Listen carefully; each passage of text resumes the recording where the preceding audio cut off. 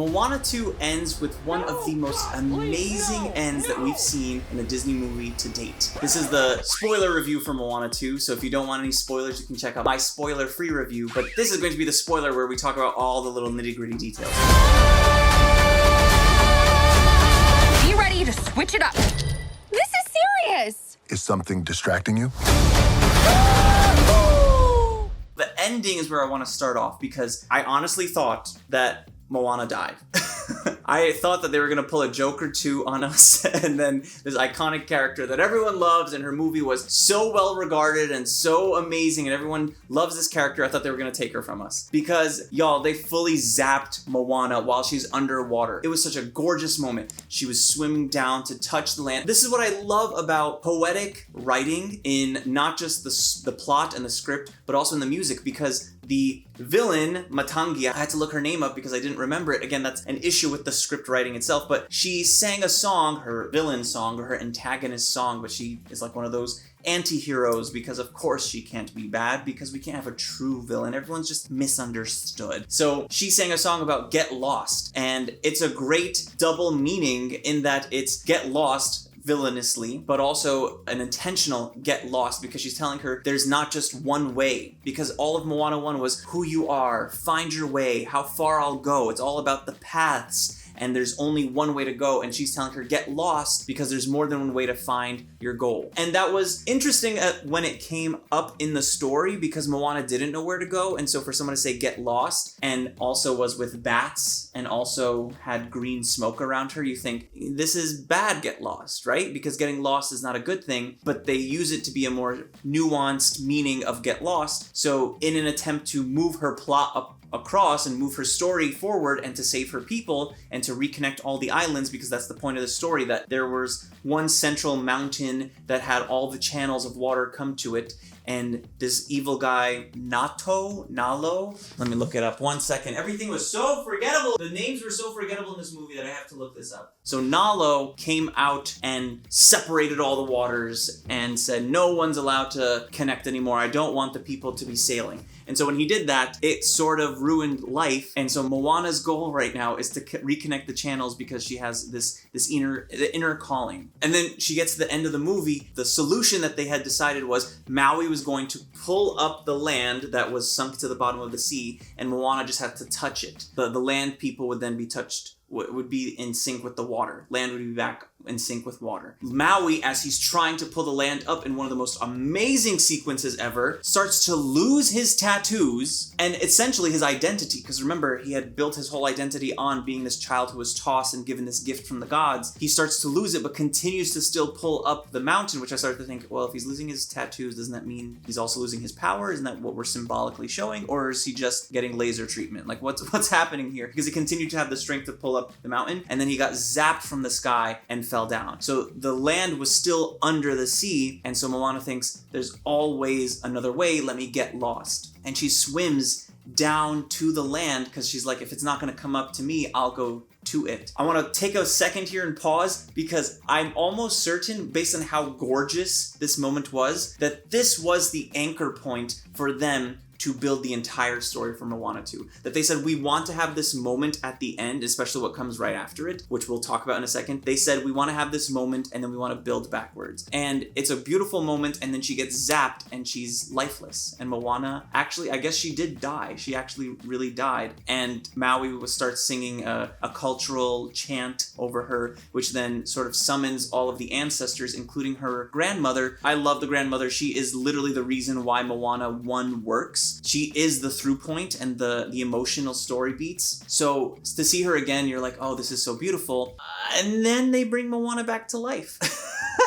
Through chanting and the healing power of non-specific magic. And she also, this is the cool part that I really do like, she has powers, I think, now, because she gets her own set of tattoos where they healed her, where they held her hand, the ancestors. They sort of did like this swirl gold animation, which I just love gold and blue, and so Maui's his blue tattoos, and then Moana had gold tattoos, and she's like, oh, when she comes back to life, she looks at Maui and says, does this mean? And he says, yup. And I think the unspoken thing is she's also a demigod now, that she's been resurrected as powerful, which is cool, but she's no longer our Moana. she is like super powered. And I like that her superpower is that she was just one of us and had spirit that was her power. So it almost seems like we're leveling her up for an even bigger event in Moana 3, which I'm so excited for, and they did give a mid-credit teaser at it. But besides this iconic moment and the potential loss of Moana, which of course they weren't, I mean, I didn't know, of course, but like, I assumed they weren't gonna actually kill Moana. Let's talk about the rest of the movie, because leading up to it, there were a lot of question marks in my mind. And again, I love these movies. I'm a huge fan of Moana. I think it's one of the greatest movies ever made.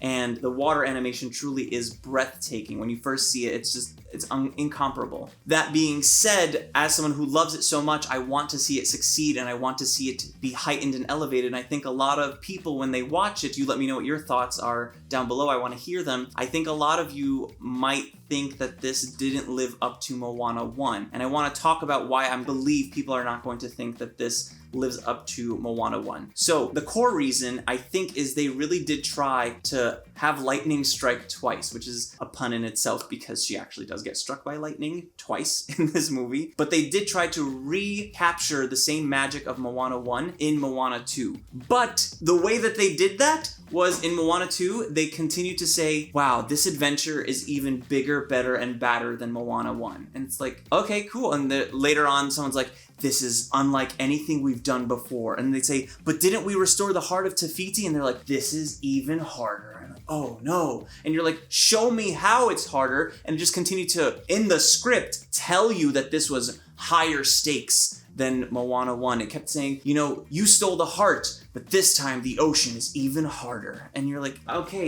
like, I get it. At one point, they actually say, you know, this is harder than the lava monster. Which is, I mean, like, if you took the story of Moana and plugged it into artificial intelligence, which I'm not saying that they did, but what it feels like this was made by artificial intelligence, because if you said recreate the magic of Moana 1, it would reference Moana 1 in very inorganic ways, just like it came across in this movie. Like, oh, you remember that crab, how awful he was, and you know what else is annoying? Those coconuts. Oh, look, they're here too. It was very much like, wink, wink, go watch Moana 1 because that was so good. And everyone already did because it was so good, and that's why we're here watching Moana 2. Again, this was an episodic Disney Plus show that they sort of stitched together to be a movie, and I do think that it's kind of noticeable where the story beats change, and it does give the sense that like this was a contained episode, and that's why there's one song here, and this is a contained episode, that's why we have a song here, and this is a contained. They did move into each other, but the way that it was constructed seemed a bit rough, and it sort of took away from the magic of a linear story. We like spent some time like going down different paths and exploring different characters. That's the other piece of it. Like if you fed it to AI and to like make it bigger and grander, it would do something similar to what we had for Wish, which was 7 sidekicks to resemble the 7 dwarves, but every single one of them gets screen time, which takes away from Asha, who we want to have more information and more story time and more time with. We want to know her more. That's why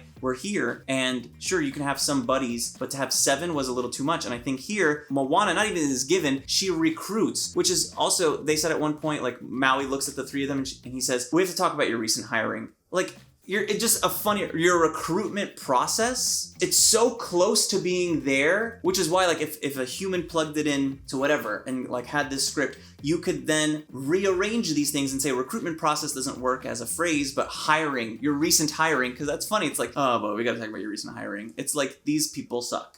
There are so many moments like we should have a female engineer, but we should also have an elderly person so that we have the grandma component without it being a grandma. But that guy's gonna be a chef because guys can cook too, but we'll never show him cooking, even though that's the only reason we brought him on the boat, is to say, well, we have to eat more than fish, and then all he brings is vegetables, and then they are trying to go up a mountain water wave and then have to throw all the food out that he never got the chance to cook.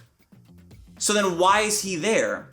And we bring the pig along and the chicken, and they're just like in the way. The water is there too, but then she takes a back seat because they go to uncharted waters, and this is no longer magical because the channels are not active, which I actually believed. I was like, oh, okay, the water can't reach here. Great, I actually thought that was a good thing. Finally, one more hurdle for this character who's like getting everything. The coconuts are here. Oh, how tough. Wait, the coconuts are on our side now? Oh, okay, well, at least we have the water. Oh, the water's not here. But Maui's here, and oh, this villain is, oh, she's not a villain, she's helpful. And like everything just kept getting better and better, and the only thing that was a real challenge was Moana trying to accomplish her goal by herself. She sort of like took on these extra people as baggage, and it was just harder for her to do her job. The movie starts off with her sailing the seas by herself, and then she comes back to land and has this vision that she has to reconnect all the people, but they can't find them, and so they're like, follow the star in the sky, and then everyone's like, but this time you'll need help. And she's like, why? And they said, because.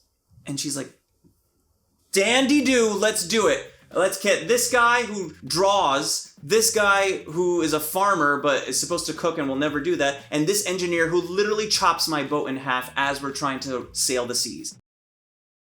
Yeah, I could understand certain things, but the recent hiring does bring up questions. They were so forgettable in their design. Like, give them a necklace, give them a specific tattoo, and I don't even remember their names. And that's the same way a lot of you felt after watching Wish, that there were so many characters who get screen time, but because you don't have enough screen time for all of them, everyone feels dilute except for your main character who you want to see, but that main character, you don't get enough screen time with them. And I wanted more, and we wanted more from Wish. And I'm sure you're probably gonna want more from Moana in this movie because it's her movie, and yet she is trying to help bring up these people. They're irrelevant to the story. But then they also brought the pig and the chicken, which I love. Hey Hey. Hey Hey actually was the star here. He had so many funny moments. I love Hey Hey, and finally he gets the respect that he deserves. And Maui shows up, and again you're like, this guy is great and powerful. This is like where the disconnect is. Because visually, Maui's song was striking. And visually, before he sings Maui's song, they have this beautiful moment where they're on this palm tree that curves outward with white sand, the storm in the background, the two of them sit there with his hook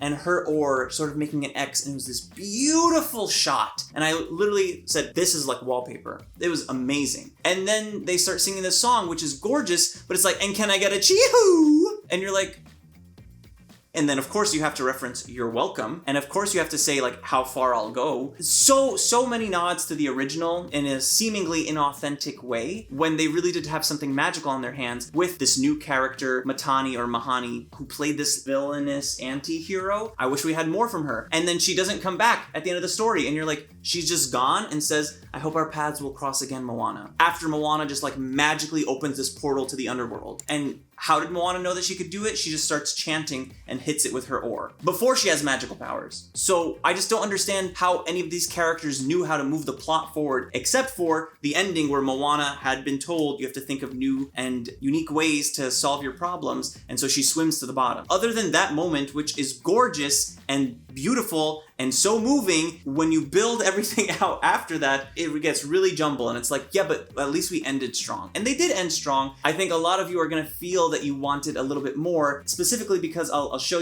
remind you of the mid-credit scene. They have Mahani come back, and she's like, oh, hey boss, I didn't know that you were here. Oh, what a surprise. Oh, tough nubs that I guess Moana escaped your grasp. And then he's like, rah, rah, rah, rah, which it just sounded like a low voice. There was no like lightning strikes or anything, or those iconic white eyes and then silhouetted or something. They just like show her and cut to him sitting on a throne. And you're immediately shell-shocked. You think, wait, oh, there's a new character. You start studying his feet all the way up to his head. You're like, okay, all right, I guess this is the villain for Moana 3. There's no like starting at his feet as he stomps or something, or his, I don't know if he even had a scepter, but just like, poof, and the smoke flies everywhere. To have like a slow pan up his feet and then up to his head, or like start with his eyes and then zoom out, or even don't even show what he looks like. Like that could have been cooler too. Like, who's this mysterious character? But they just show it to you, and then while they're showing it to you and you're like, oh, okay, I guess he's gonna get really upset at Moana because she foiled his plan of reuniting the water.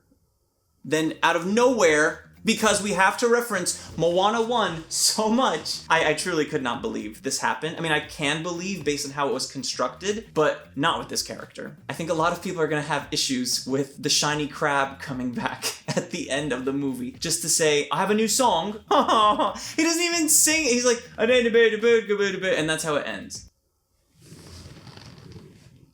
Are you kidding? Grandma came back. I get it, because she's the Hook.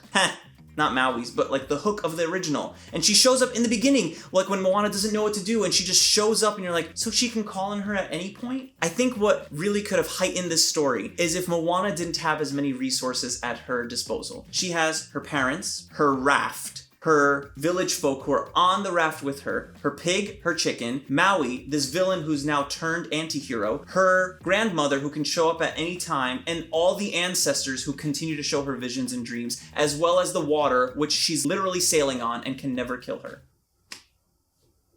And she's supposed to have problems? She doesn't. Like the first movie was she didn't have anything and she had to continue to build on her own. She didn't understand this world. And now you're trying to explore new worlds and new waters, uncharted waters, and you give her so many resources. Why did she need the 3 people? Did she need the pig? Of course she needed Hey Hey. You can't take Hey Hey out of the picture. But then Maui, she saves Maui accidentally. Then Maui has to come save her. And then why did this anti-hero have to be nice? Why can't she actually be evil? Ugh, you know what would have been really beautiful? If her grandma only showed up at the end. Like if she died and you're like, wow, Moana's gone, and then out of nowhere you see her grandma show up. Oh, even just saying that really touches me. I'm not saying that there is no space to reference the original. It needs to be done organically. Like when Moana was resurrected and her grandma looked at her and said, there's no place you could be that I won't be with you. Which is exactly what she said in the first movie and was that core hook throughout the whole story. So if she just showed up at the end to resurrect Moana, that's amazing. That's really amazing. But to know that she was there from the start and could be available at any time, and Maui has superpowers, visually stunning, everyone gave their all, Auli'i Carvalho, The Rock Johnson, Dwayne, everyone was really giving it their all. It seemed like someone needed to sit down and direct the movie. And even at the end, I think there were like 3 or 4 directors, there were like 5 or 6 script writers, screenplay people. It's just, you could tell that there were a lot of chefs in the kitchen, except for the one guy who was supposed to be cooking. And you didn't really get a coherent story except for the ending. And I think it's because everyone had their own episode to work on and then they had to blend them together. Other things that I really liked about the movie are Moana having a sister and her having the responsibility of being a chief and also being an older sibling. And that was a really tender moment. Again, I wanted more screen time. Again, I think a lot of us are going to want more screen time with these characters, but it was nice that they introduced her sister. Again, I don't remember her name. The orchestrations for the music and the soundtrack were gorgeous, so deep, and you had all this flush of sound and rush of sound around you. It was amazing. And her song, Go Beyond, I think is a really beautiful story, appropriate level up for Moana, to go from How Far I'll Go to I Will Go Beyond. It's sort of an answer. But they did have things like, I will go into the unknown, and a lot of like repetitive, not in her song, but throughout the whole script, they're like, and our destiny is not our story, but our story is our destiny, and we know who we are and how far we'll go. And they just kept saying the words of the titles of Moana 1 and then not really showing. Put everything else aside, one moment that really just is disorienting given the context of what's going on. Magic, demigods, all aside, at one point, they're going up a water mountain and they're all trying to make sure they don't tip over, and they don't have the water to help them because this is in uncharted water. So the water herself, who was their ally, is not there. And they're going up, and everyone's trying to do their best. And literally, you will notice this, the raft goes up, and then it does this. It goes up the mountain and then goes like this. Speaking of physics, how does the boat get over it? But secondly, there are 4 humans, a pig, and a chicken. As far as I know, they don't have super glue on board, and they did not start falling down. Just that sheer moment it pulls you out of the movie so hard, and you're like, I really wish that we had a sequel that was building off of Moana 1 and giving us something excellent, and then also establishing Moana 3, because they definitely build off of Moana 1 and they definitely established Moana 3, but was this excellent? I want to know from you, because I think a lot of us want to have these successful, amazing stories. Think about Wicked and Wizard of Oz and all the other things that I've covered on the channel. Moana 1 is so special and near and dear to me. I'm really curious to hear what other people are going to say about it, so please let me know your thoughts down below. Thanks so much for watching. You can check out some more videos right now, and ciao!